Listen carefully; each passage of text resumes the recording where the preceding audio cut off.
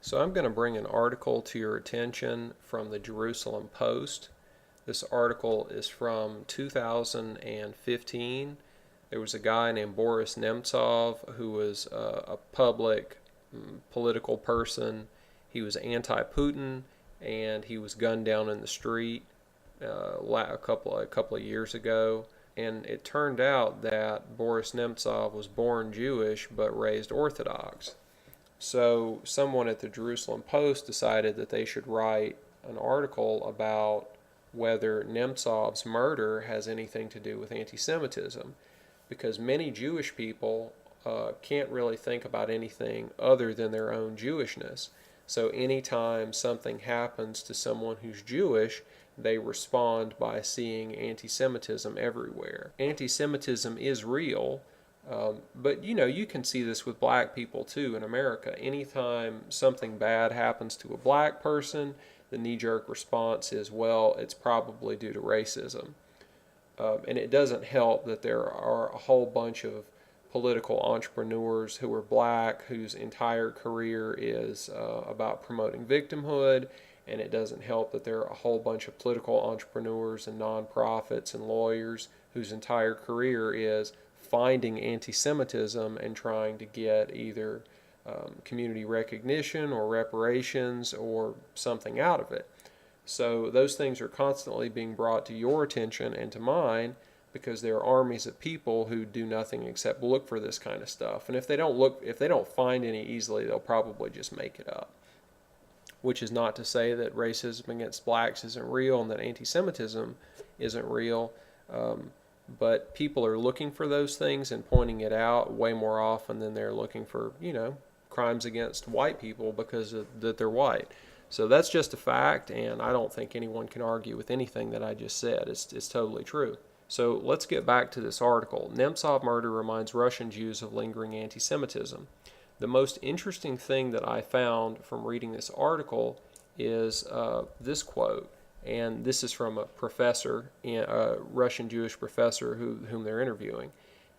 The murder hit Russia's sizable Jewish intelligentsia particularly hard because, quote, nearly all the leaders of the liberal opposition are either fully Jewish or have Jewish background, said Michael Edelstein, a lecturer at Moscow State University and a writer for a Jewish monthly magazine.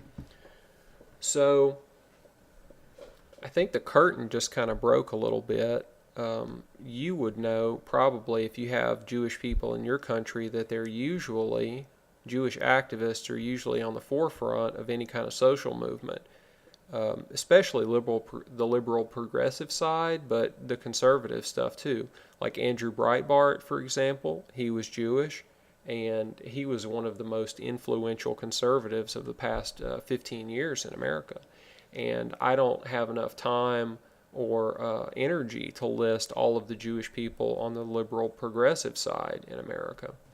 So people usually aren't quite this, forthright about this, though. Let me say it again for you.